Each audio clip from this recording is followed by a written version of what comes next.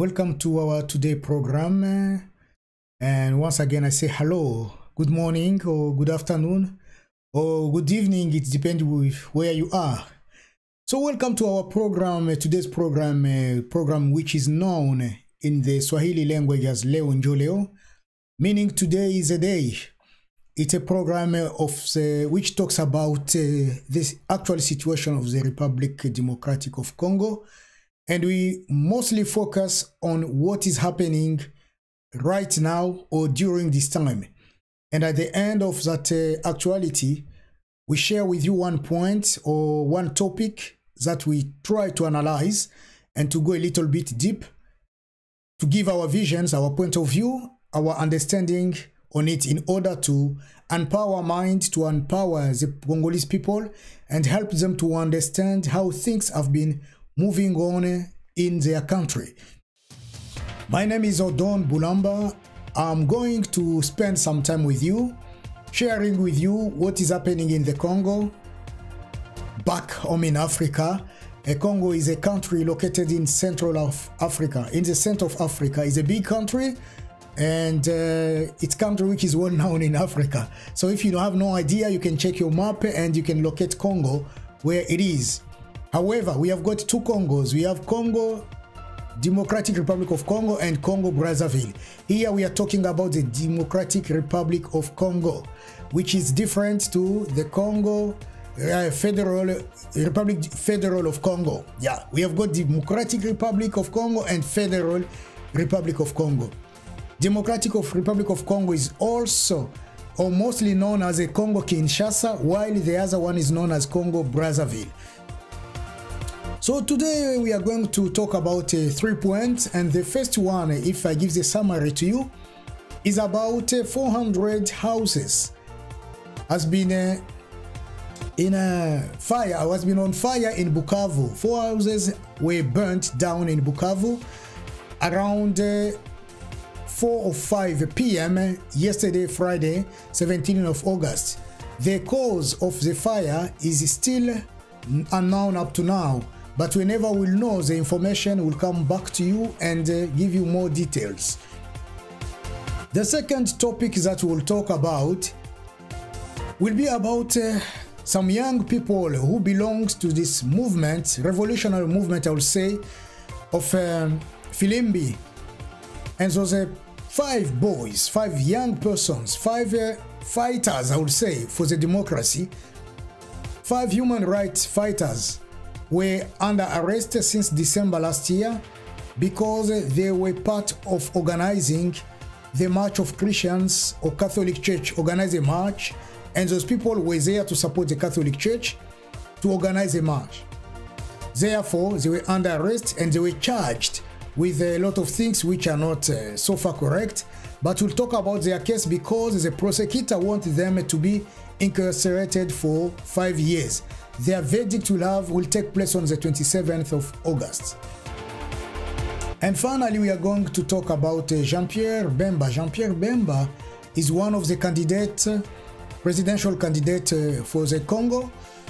And he has been in trouble recently because he has got a case with the CPI, the International Court International in La Haye. And therefore, so it's noted, it has been noted by the secretary of that political party that the government of the Congo is trying somehow to stop or to exclude Jean-Pierre Bemba to not be or to not take part for the presidential election which is coming up in December 2018. So those are the 3 points that we are going to develop, and at the end of our meeting, at the end of my program, I will focus on one point that I will analyze, and that point will be that of Jean-Pierre Bemba. Let's start straight away. Let's go to our main point. In the Congo, just yesterday, a fire started in an area known as Marikenda. Marikenda is in the command of houses were put on fire and they burnt down. The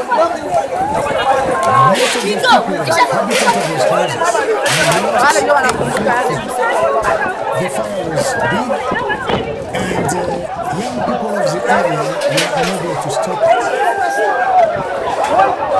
We have got a fire engine in the region, in the city, in the fire engine. Last time it was not functioning, it was not working because it's quite old. But this time it was operational, and luckily the fire engine could not sort out the issue. Therefore, MONUSCO, which is a mission of the United Nations in the Congo, they helped out with their fire engines to come and kill the fire, but that took a very long time.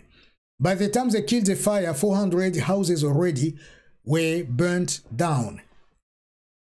During this disaster, while the families were shouting for help, were rushing to at least save some of their belongings, some other people who came to help those families to bring out their belongings were taking those belongings away. They were stealing from those victims of fire. And personally, I believe that's not a good thing, to come to assist those who are in trouble, and instead of helping them properly, we take against their items, we steal them, and we disappear with them. So that is not good at all. That's a very, very, very bad thing.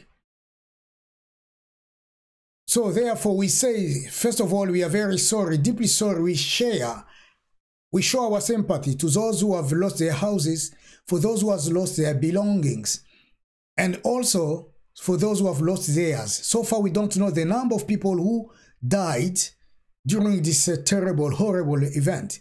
But whenever we know the numbers, we'll come back to you and share the numbers with you.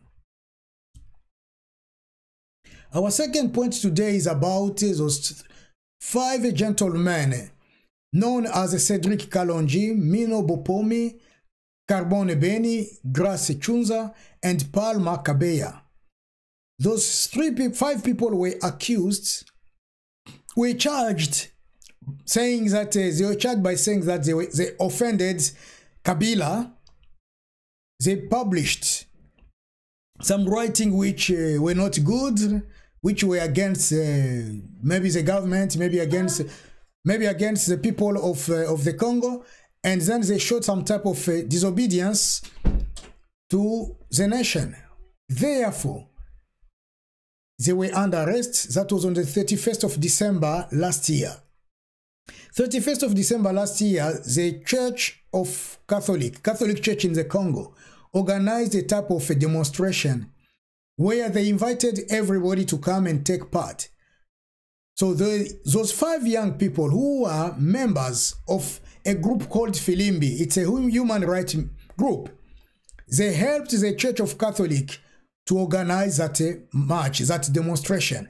Their job was just to sensibilize, talk to people about the march. But things turned wrong. They were charged with what I've just said. They are facing justice. Since December, they have been living in hidden prisons. No one knows exactly where they are. But somehow one of them fell sick one time, who is in Kinshasa. They brought him out for medical treatment, attention, then they were sent back again inside. We don't know where exactly they have been kept, but it's known that we have got ANR, which is like a national security agency, has been in charge of looking after them. So they move them from one place to one place, and those people don't have any right to be visited. They don't have any judicial support, and they have no one who can stand for them.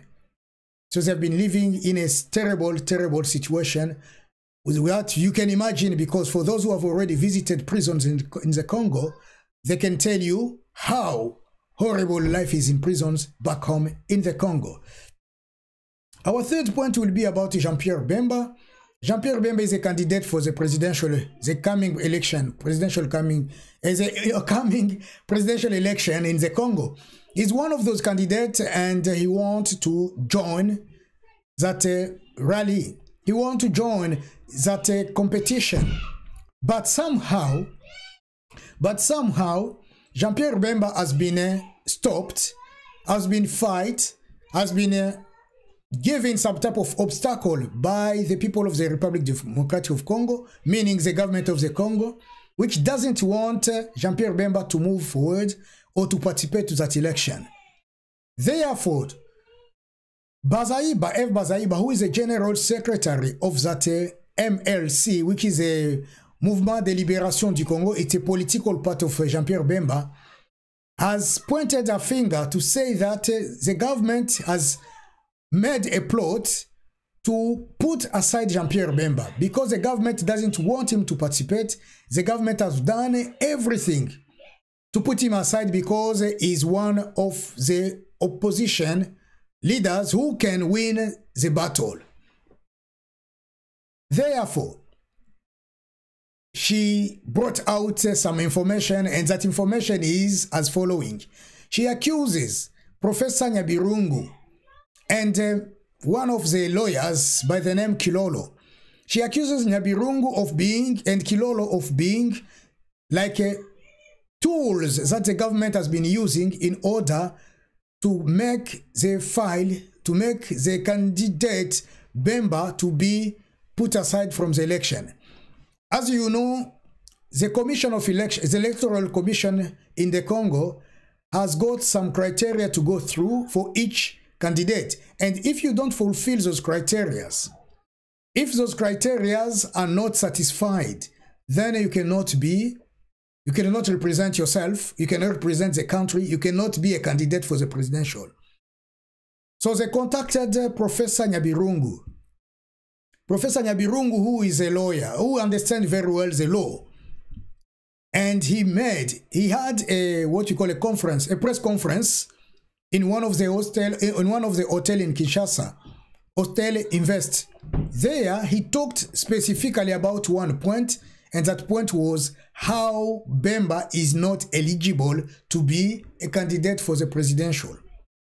And during that intervention of his, he showed that Bemba, being someone who has got a problem with the La Haye Court, International Court of La Haye, he shouldn't be a good candidate because he's not, he doesn't qualify.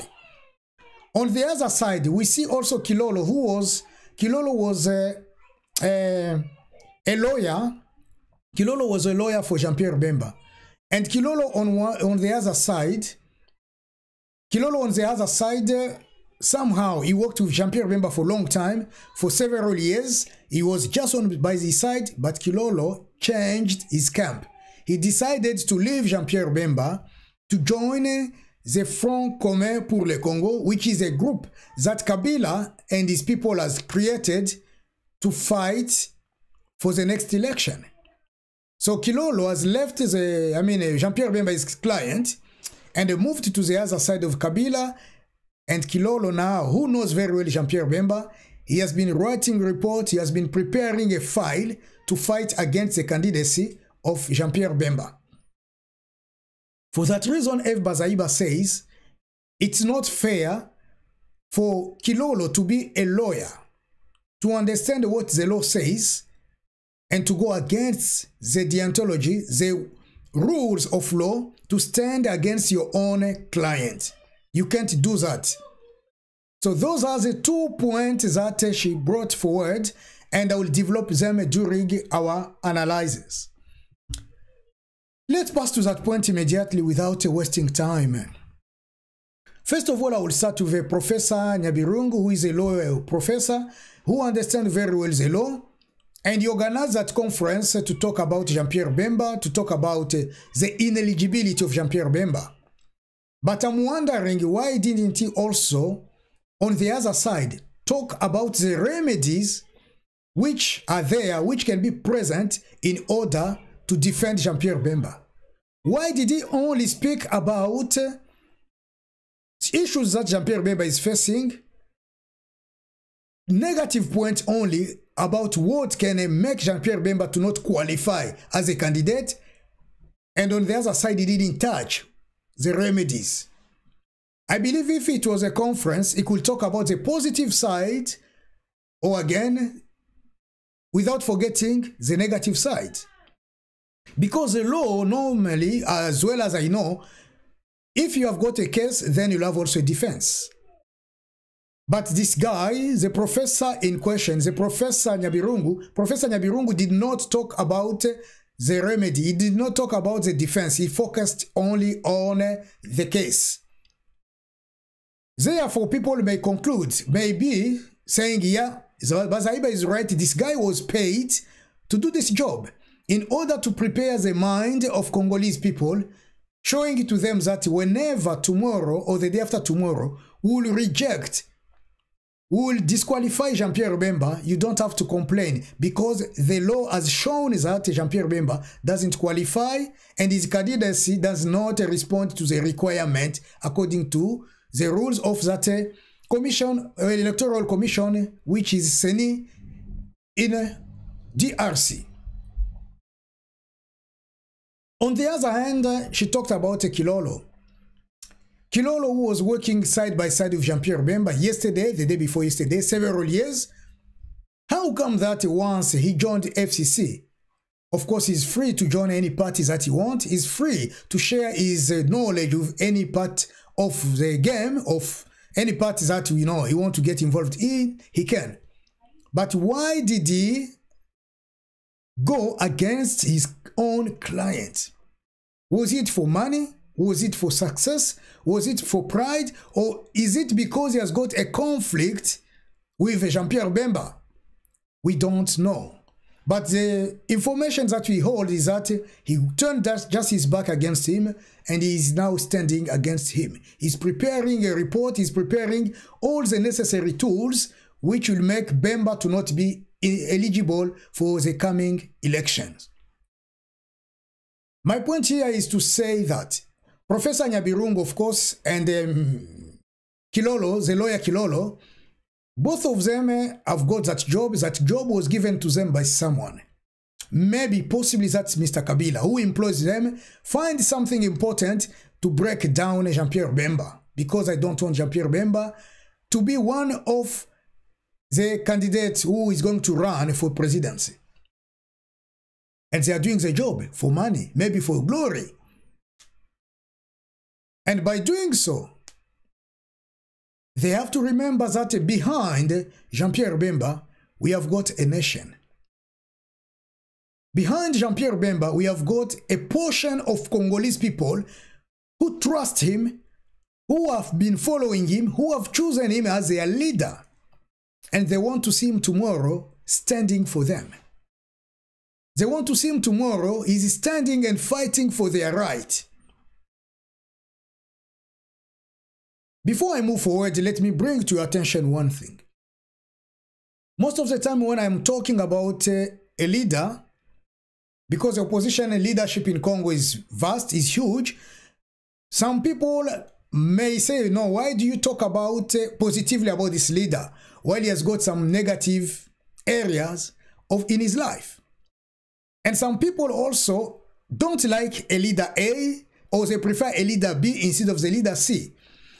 But for this program, yesterday I spoke about Tshisekedi, today I'm talking about Jean-Pierre Bemba. I will ask for you people of the Congo to be tolerant. Whenever we are talking about your leader, you are happy if we are talking positively about your leader. But also when you are talking negatively about your leader, you are unhappy, and sometimes people write things which are not really fair, or they attack other leaders, they talk negatively about other leaders, they talk negatively about people like us who share the news, who, you know, try to help each other, while our job is just to analyze, to comment. Although someone can have some negative part in his life, but I will invite you people of the Congo to very often look on the side, the positive side of life. Don't only stick on what is negative. Look also on other part of life which are positives. Once we look at what is positive, we can build the nation.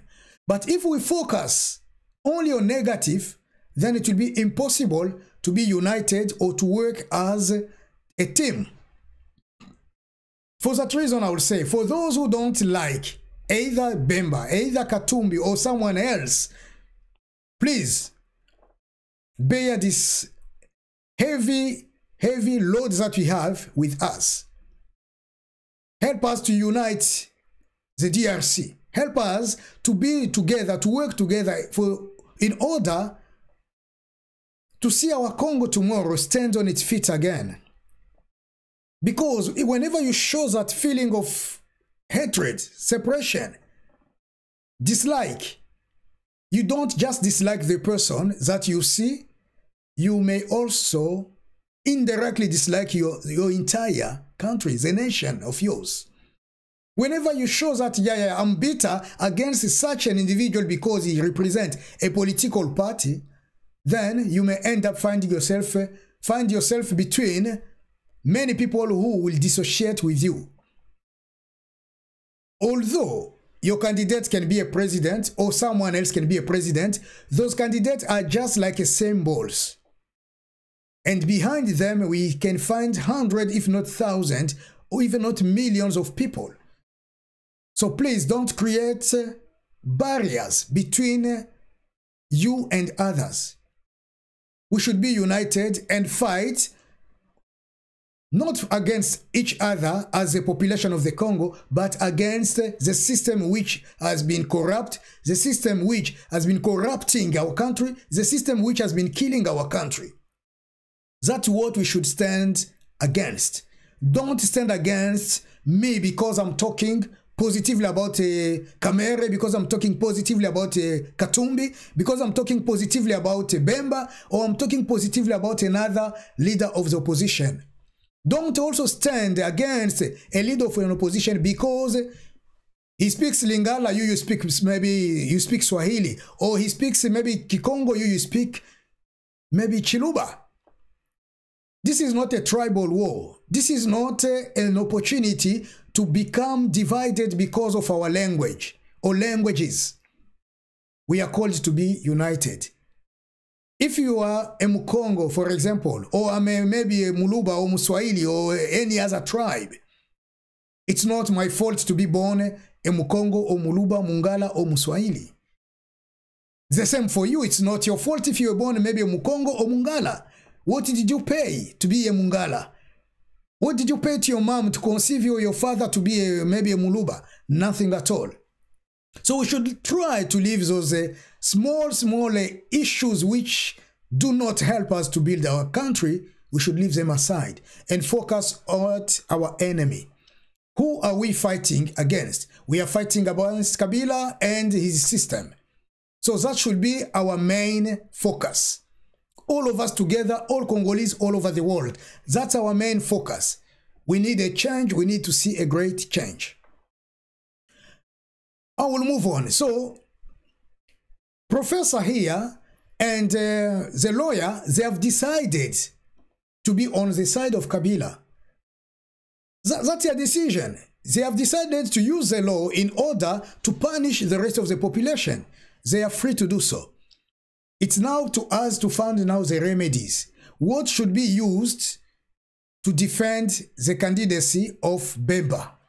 What is in place in case CD, that commission, the electoral commission, in case they reject his candidacy, what should be done? How is it going to be done? Who will initiate it? And how, when, and so on and so forth. So we have to start to think about how are we going to set out this issue. Bazaiba has already said something. Now it's up to us together as a nation to decide what should we do. And this is not only for Bemba. We saw the other time, Katumbi also was stopped at the border.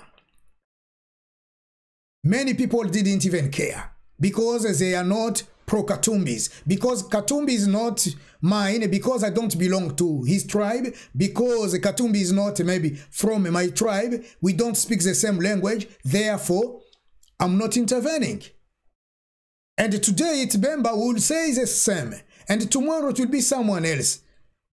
We have to stop that. We have to come back to ourselves and be united. We need solidarity during this hard time. We need to be united during this horrible times that Congo has been crossing. And if we unite, then we will win the battle.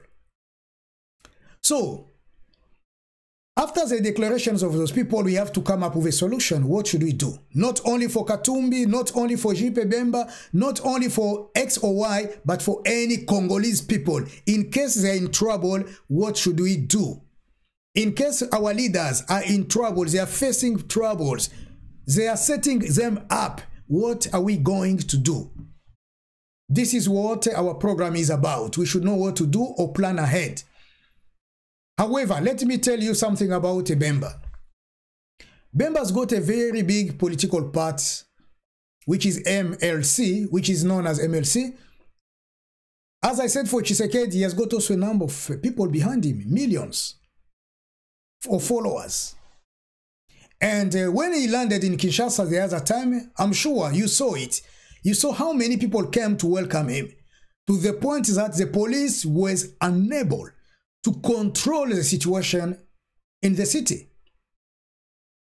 The army was unable to control the situation. Zeka could not even move a centimeter. It took hours before the police used tear gas and other things to make the people to leave the street. To say that he has got popularity, that is just one point. This man, a gentleman, Bemba, Jean-Pierre Bemba, I believe that is a good guy. Although he can have a past, although he has got mistakes, today we are not looking at mistakes only. Let us focus on something positive. Something that he needs and we need all together in order to build up Congo. And this I'm not doing it only for Bemba. I did it for Tshisekedi and I will do it for the rest, Kamere and others. I'm going to talk about their positivity too. So therefore, if I haven't spoken about your candidate yet, don't start to insult other candidates or to attack them verbally because you dislike them. Bemba, Jean-Pierre Bemba, can be a good candidate. He's brave, he's strong, not only strong physically, but also there. He's also strong there. And he has been there for the people of the Congo, not only today, but for several occasions. He has shown to us that, you know, I'm here and I'm here for you. Of course, in the past, he picked up the guns. He made that militia. He started a rebellion movement, which later on turned to become a political party that today is known as MLC. He fought, and by fighting against the government, during that fight, the government invited him to come close to him with other rebellious movements, and they made them, 4 of them, to become vice president of the Congo. History has shown it. To mean that he is also a soldier. He knows how to fight. He has got an army, or he had an army at that time, and that army was strong enough because that army even shook the government of the Congo. When he was the vice president together with the 3 others, I remember on one occasion, the army of Bemba coalesced. They had a coalition. They had like a fight, I should say. They had like a problem between them, and the fight took place in Kinshasa. And that fight, I'm sure it wasn't just a simple discussion or misunderstanding against the army of Kabila and the army of Bemba, but it was something orders they took from maybe their superiors. And I'm sure during that time, it was time maybe to remove Kabila from the power, and Bemba could occupy, could rule the country with the intervention of the United Nations, MONUSCO. They took Bemba outreach. They took him outside of Kinshasa in order for him and his family to go overseas. Why am I saying this? I'm saying this because I want to show to you that Bemba is capable. He was the only person who was capable to stand and say big no to Kabila while he was in Kinshasa. And by saying no, his army stood also, and he started the first Congolese person, the first Congolese member of the opposition, the first Congolese leader of any rebellious movement to start a war in the capital city is Bemba. No one else has done such a thing. As opposition leaders have got, they have got a few groups, rebellious movement here and there in provinces, but normally they don't fight in the capital city. He did so. To say that somehow, although he has got his weaknesses, but he has got also some strength on the other end. Bemba can make a good president. Why am I saying that? Because recently here, our brother Vital Kamerhe, he said, okay, the opposition needs a leader and we need to have some type of flexibility to have a common leader. Someone who will represent all of us if we are going to the election. That was a brilliant idea. We agree with that. It's a good idea. And during this interview, he added and said, we don't need just any type of leaders, We need someone at least who has got some experience.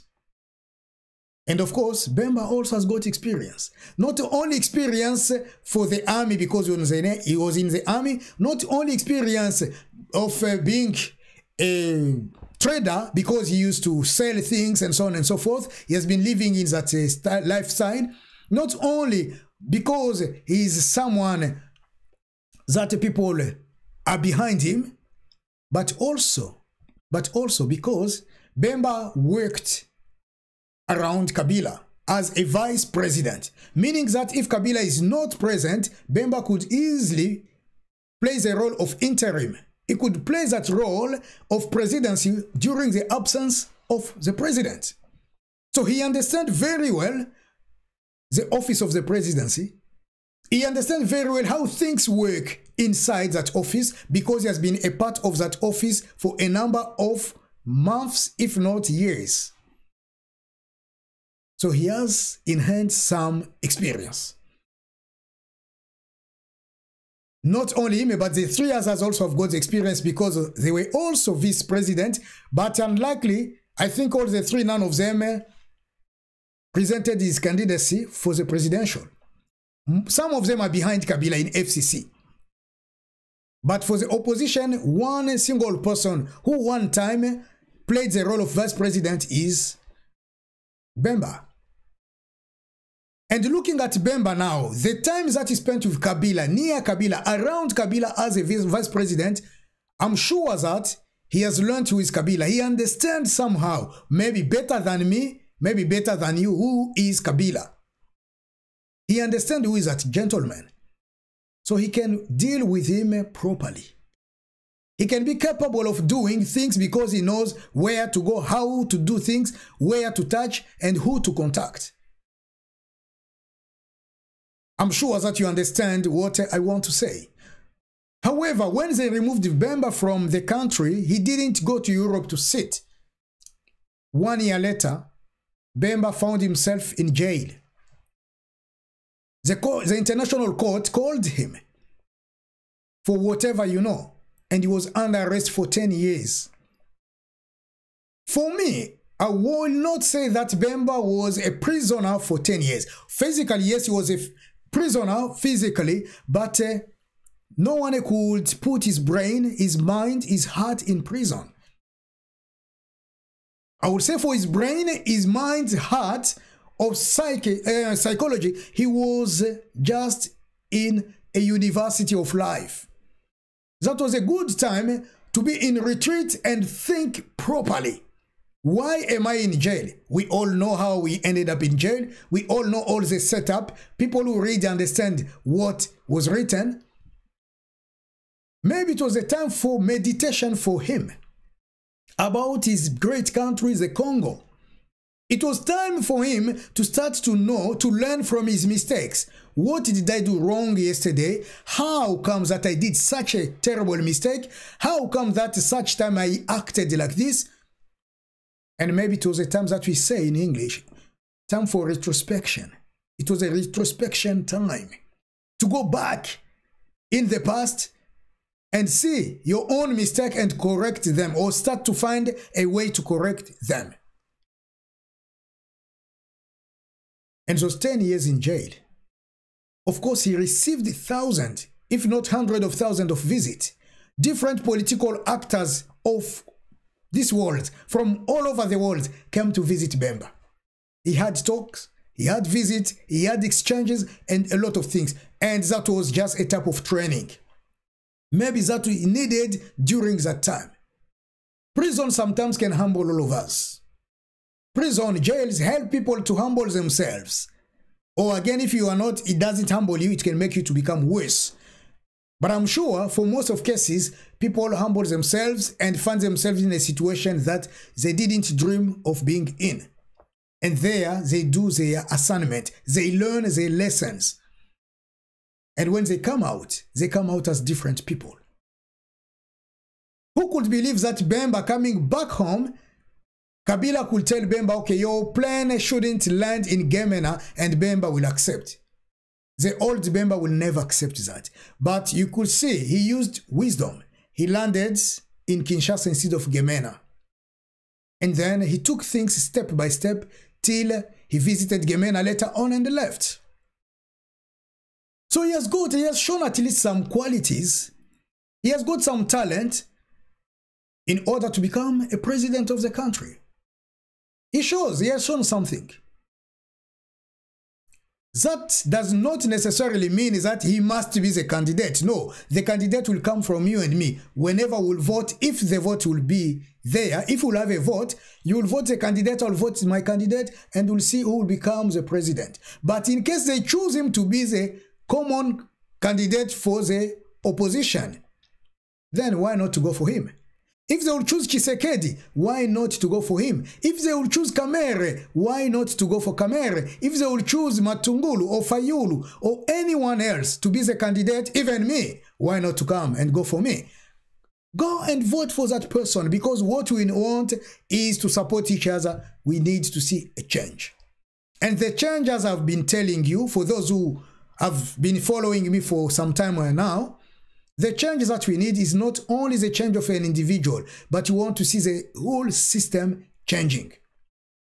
Because you can remove Kabila today and you put back another Kabila there. Nothing has changed. It will be the same system. We want to see a change in the system. This is just a parenthesis. Let me bring it in. Kabila went to Windhoek, and he has been he has been participating. That was since Thursday. He had been there to participate for that 38th summit, which has been down there. And there he told people, I'm not saying goodbye forever. I'm telling you, he used a term in French, à bientôt. I will see you soon. That is a message that he passed on to his colleagues as a president of Africa. I'm not saying goodbye forever. I'm saying instead, I will see you soon. What type of message is that, to say goodbye? It means something. Kabila is not going forever. He's informing others, I'm not going forever. I'm going to come back. And we all know Kabila has been preparing a war.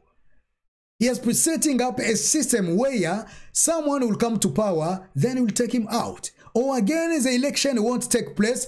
All his groups, all his militias, we have got around more than 80 now, militia groups, which are led by him, which are under his control, and he's ready to start a war, and will continue to be the leader of the Congo. And this setup has been there. Thanks for the brothers, sisters who have been sending to us informations. And we have got some messages, some elements, some information about all that setup. So don't be surprised today or tomorrow if we don't hold an election in DRC. It will be shocking, but Kabila, for him and his mentor, who is Kagame actually, they are fighting so hard for Kabila to continue to be there, because he's a trampoline of Kagame. If he stands there, Kagame will be there. They will continue to reign forever. I will stop here today. by saying thank you so much for sacrificing your time and effort to listen to me. If you have any comment, if you have anything to tell us, this is our number above here. This is our email address. Flash us an email, send to us a WhatsApp message, give to us some more comments, some encouragement, some even correction. Correct us. Odon is not perfect. I've made maybe a few mistakes here and there. Please intervene and also help us. By supporting me, by supporting others, then together we'll move forward.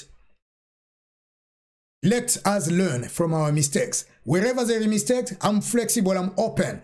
Tell me and suggest something constructive. Then our country will go forward. Once again, may God bless the Congo. May God bless our big nation. God may bless you, the person who has been watching me, the person who has been following me. I will tell you one thing to make a full stop at this. We pray to God to help the Congo, that's true. We have faith in God, that's true. We raise our hand up to ask God to intervene, that's true. But we need to take action.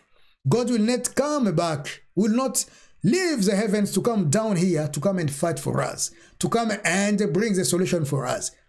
He will ask us to go forward first, to do the work, and he will support our work.